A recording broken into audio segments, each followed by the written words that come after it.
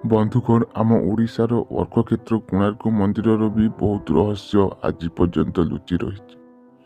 କୋଣାର୍କ ମନ୍ଦିର ସୂର୍ଯ୍ୟ ଦେବତାଙ୍କ ପାଇଁ ପ୍ରସିଦ୍ଧ ଅଟେ, କିନ୍ତୁ ଏତେ ବର୍ଷ ହେବା ସତ୍ତ୍ୱେ ବି କୋଣାର୍କ ମନ୍ଦିର କେମିତି ଆଜି ବି ମୁଣ୍ଡ ଟେକି ଛିଡ଼ା ହୋଇଛି?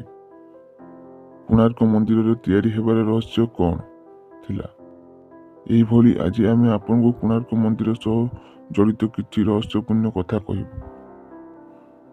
କୋଣାର୍କ ମନ୍ଦିର ନିଜର କାରୁକାର୍ଯ୍ୟ ପାଇଁ ପୁରା ବିଶ୍ୱରେ ପ୍ରସିଦ୍ଧ ଅଟେ। ଆପଣମାନେ ଜାଣିଛନ୍ତି କି କୋଣାର୍କ ମନ୍ଦିରର ନାଁ କୋଣାର୍କ କାହିଁକି ରଖାଯାଇଛି?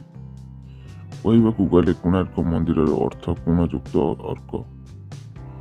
ଆପଣମାନେ ଭୁବନେଶ୍ୱରରେ ଲିଙ୍ଗରାଜ ମନ୍ଦିର, ପୁରୀରେ ଜଗନ୍ନାଥ ମନ୍ଦିର ଓ କୋଣାର୍କ ମନ୍ଦିର ଦେଖିଥିବେ। ଏମିତିରେ ଯଦି ଆପଣ ଏହି ତିନୋଟି ମନ୍ଦିରକୁ ମ୍ୟାପ୍ରେ ଦେଖିବେ, ତେବେ ତ୍ରିଭୁଜ ଆକାର ଏହା ଦେଖାଯିବେ, ଯାହାକି ଗୋଟିଏ କୋଣ ଭଳି ନଜର ଆସିଥାଏ। ଏହାକୁ ତ୍ରିକୋଣ ମଧ୍ୟ କୁହାଯାଏ। ଯେହେତୁ ସୂର୍ଯ୍ୟ ମନ୍ଦିରର କ୍ଷେତ୍ର ଅର୍କକ୍ଷେତ୍ର, ସେଥିପାଇଁ ଏହାର ନାମ କୋଣାର୍କ ରଖାଯାଇଛି। ଆପଣମାନେ କୋଣାର୍କ ମନ୍ଦିରର ଚାରିପଟେ ବହୁତ ପ୍ରତିମୂର୍ତ୍ତି ଦେଖିଥିବେ। କୁହାଯାଏ କି ଦେଶରେ ଯେଉଁ 112 ନୃତ୍ୟ କଳା ଅଛି, କୋଣାର୍କ ମନ୍ଦିରର ଚାରିପାର୍ଶ୍ୱରେ ଏହି ନୃତ୍ୟ କଳାକୁ ହିଁ ପ୍ରଦର୍ଶିତ କରାଯାଇଛି। ଏତେ ବର୍ଷ ପରେ ବି ଏହି ମନ୍ଦିର ମୁଣ୍ଡ ଟେକି କେମିତି ଛିଡ଼ା ହେଇଛି? ଏହି କଥାକୁ ନେଇ ହୁଏତ ଅନେକ ଲୋକଙ୍କ ମନରେ ବହୁତ କିଛି ପ୍ରଶ୍ନ ଉଙ୍କି ମାରୁଥିବ। କହିଦେଉଛି କି ସେହି ସମୟରେ କାରିଗରମାନେ ପଥରକୁ ଯୋଡ଼ି ରଖିବା ପାଇଁ ସେମାନେ ପଥର ଟାଙ୍କ ମାରୁଥିଲେ।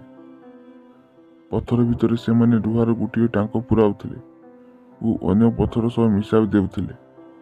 ଏମିତିରେ ପଥର ଭାଙ୍ଗିଲେ ହିଁ ଏହି ଟାଙ୍କ ଛାଡ଼ିବ, ନଚେତ୍ ଏହା ବର୍ଷ ବର୍ଷ ଧରି ରହିଥିବ। କୋଣାର୍କ ମନ୍ଦିର ରହସ୍ୟମୟୀ ଚୁମ୍ବକ ବିଷୟରେ ଆପଣଙ୍କୁ ସମସ୍ତେ ଜାଣିଥିବେ। ମନ୍ଦିରରେ ପଥର ଓ ଲୁହାରେ ତିଆରି ହୋଇଥିଲା। ଏମିତିରେ ଏହି ଚୁମ୍ବକ କାରଣରୁ ଏହି ଲୁହା ଓ ପଥର ଗୁଡ଼ିକ ନିଜ ନିଜ ସ୍ଥାନରେ ରହୁଥିଲେ। ଏହି ଚୁମ୍ବକ ମନ୍ଦିରକୁ କଣ୍ଟ୍ରୋଲ କରି ରଖୁଥିଲା। କିନ୍ତୁ କିଛି ସମୟ ପରେ ଚୁମ୍ବକଟି ଚୋରି ହୋଇଗଲା। ଏହି କାରଣରୁ କୋଣାର୍କ ମନ୍ଦିର ଧୀରେ ଧୀରେ କରି ଧ୍ୱଂସ ହେବାକୁ ଲାଗିଲା।